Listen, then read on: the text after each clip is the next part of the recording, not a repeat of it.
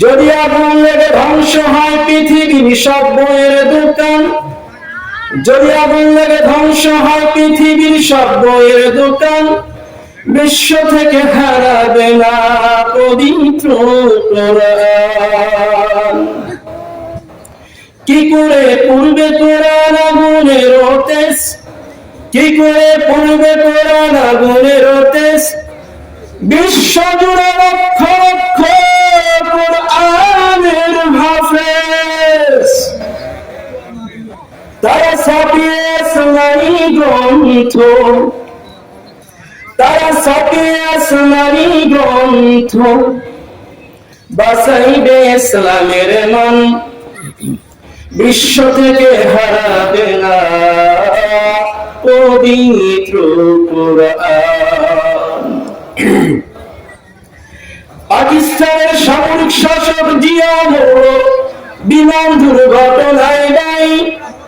শুনছেন কি নাই? এটা শুনছেন আপনারা? পাকিস্তানের সামরিক শাসক মরল জিয়া বিমান দুর্ঘটনায় ভাই। বিমান পুরো ছাই হলো, কোরআন পড়ে নাই। কি করে পুড়বে কোরআন আগুনের তেজ, কি করে পুড়বে কোরআন আগুনের তেজ, বিশ্ব জুড়ে লক্ষ লক্ষ কোরআনের হাফেজ। আল্লাহু আকবার।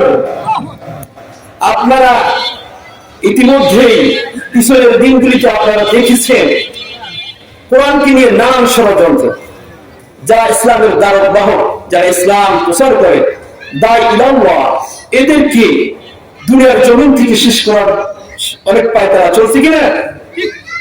যারা কোরআন প্রচার করে এদেরকে ফাঁসির কাস্টে ঝুলানো হয়েছে, যারা কোরআন প্রচার করে এদেরকে কারাবরণ করতে হয়েছে। এর কারণ একটাই, তারা দাই ইলাল্লাহ ইসলামের পথে অটল থাকার কারণে, বাতিল শক্তির কাছে মাথা নত না করার কারণে তাদেরকে হয়তো ফাঁসির কাস্টে ঝুলতে হয়েছে, না হয় আয়না ঘরে বন্দী থাকা লাগছে, না হয় কারাবরণ করা লাগছে। কথা বলেন ঠিক কিনা? কিন্তু যারা ন্যায়ের পক্ষে থাকবে তাদের জন্য সুসংবাদ আছে না নাই?